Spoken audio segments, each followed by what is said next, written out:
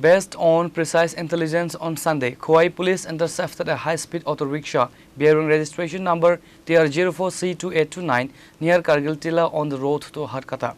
Authorities recovered 40 kg of illicit marijuana from the vehicle, estimated to have a black market value of 6 lakh.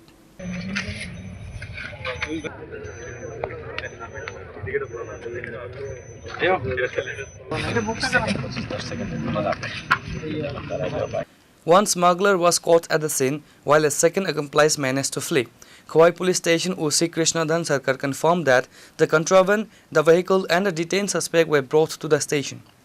খবরের ভিত্তিতে এবং normal mobile checking যখন চলছিল এই mobile চেকিংয়ের সময়ই খবরটা আসে আর কি আমাদের এসআই বিশ্বকুমার দেববর্মার কাছে। ততক্ষণে আমাদের সঙ্গে অন্য অফিসাররা চেকিং করছিল, এমন টাইমে খবর আসলে যে একটা যখন চেক করার মাধ্যমে তখন একটা অটো গাড়ি, যে গাড়িটা পিছনে আছে নাম্বার, ওই গাড়িটার পিছনে যখন চেকিং করতেছিল তখন হঠাৎ করে দেখা গেছে গাড়িটার মধ্যে গাড়ির ড্রাইভার যদিও যখন গাড়িটা যে ডিটেন করছিল তখন একজনকে ধরতে পেরেছে।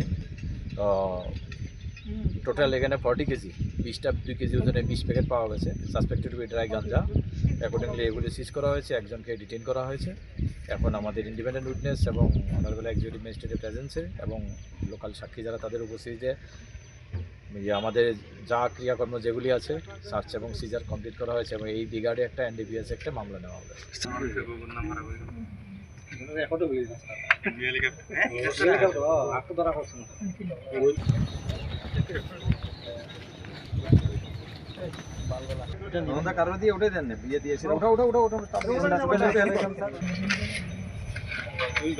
Reporter by Biplav from Khowai, Shuni Khorang.